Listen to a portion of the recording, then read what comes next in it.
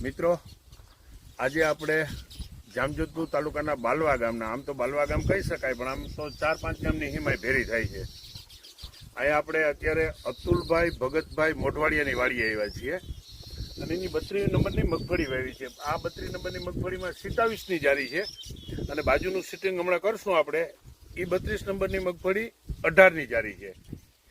તો અતુલભાઈ, આ તમે 18ની જારી વાળી મગફળી અને આ જે 27ની જારી મગફળી, એ બે વચ્ચે તમને શું ડિફરન્સ લાગે છે? હમણાં ડિફરન્સ એ છે કે 27ની જારી અમે ખાતર તમારો વાપરો, ગ્રીન ઇન્ડિયા ખાતર ગ્રીન ઇન્ડિયા વાપરો. પેલા તો અમારા ફૂગ નાશક જરાક ફૂગીનું પ્રમાણ અમારે વધારે રહ્યા જમીનમાં, એટલે આપણે નાખ્યો થોડું. આપણે ભાઈ આપણે સલાહ દીધી હતી કે આ એક વાપરો તમે પૈસા. બરાબર. એમાં વાપરો ને ઓલામાં વાપરો. આમાં અમારે અટાણ ફૂગનું નામે કાંઈ નંબરે. આપણે તડકે પડવાનું રહે તો ફૂગ આવે જ. બરાબર. અને જેમાં નથી વાપર્યું એમાં ફૂગનું પ્રમાણ છે જ. બરાબર છે. પછી તમને આમ ફ્લાવરિંગની દ્રષ્ટિએ, ફૂયાની દ્રષ્ટિએ એમાં કેટલો ફરક લાગ્યો? ફ્લાવરિંગમાં તો આમાં અટાણે આપણે જોઈએ ને કે અમારે ગયા વર્ષ કરતા અટાણે 30-40% ફેરફાર લાગે. બરાબર છે. અને પછી આમાં જેમાં ગ્રીન ઇન્ડિયા નથી આપ્યું એમાં શું ફરક લાગે? એમાં ઓછો અટાણે હુયાનો ઓછા બેઠા છે, ફ્લાવરિંગ ઓછું આવ્યું છે.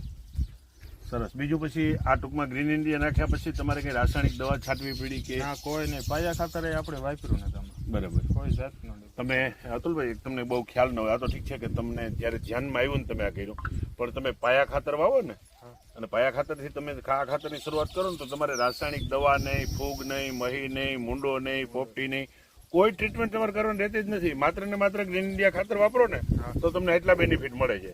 તમે આમ તો જો કે બેનિફિટ મળ્યા એ તમને હુયા, ફ્લાવરિંગ, બરાબર છે. આ મગફળીની વૈદા 27ની જારી મગફળી, ઓલી 18ની જારીની મગફળી, એ સીધો આમ વલમાં ડિફરન્સ દેખાય ને? એમ દેખાય. હવે નવમાં મારે મહીનો ભાગ છે, આમાં મહી નંબર.